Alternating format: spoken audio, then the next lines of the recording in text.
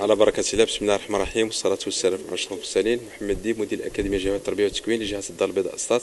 اليوم 12 دجنبر 2025 تم عقد المجلس الإداري دورة دجنبر 2025 للأكاديمية الجامعية للتربية والتكوين لجهة الدار البيضاء أسطات برئاسة السيد وزير التربية الوطنية والتعليم الأولي والرياضة، بحضور السيد والي جهة الدار البيضاء أسطات والسيدة والسادة عمال أقاليم الجهة، وكذلك السيدات والسادة المنتخبون والسيدات والسادة أعضاء المجلس الإداري. خلال هذا انعقاد هذا المجلس الإداري تمت التطرق إلى منجزات خارطة الطريق، حصيلة مرحلية لخارطة الطريق 2022-2026، كذلك إلى مشروعي برنامج عمل وميزانية 2026، مشروع برنامج عمل تكوين المستعمر لسنة 2026، إضافة إلى التطرق إلى التقرير التدبيري لسنة 2025.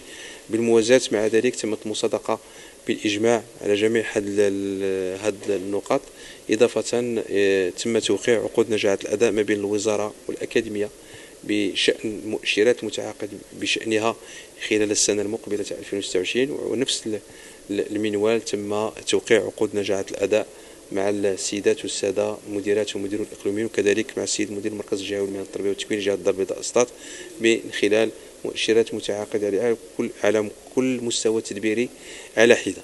على هامش كذلك هذه الدورة تم توقيع اتفاقيتين شراكتين تهم الفرصة الثانية للجيل الجديد، تمدرس استدراكي لفائدة التلميذات والتلاميذ مع مؤسسة زاغورا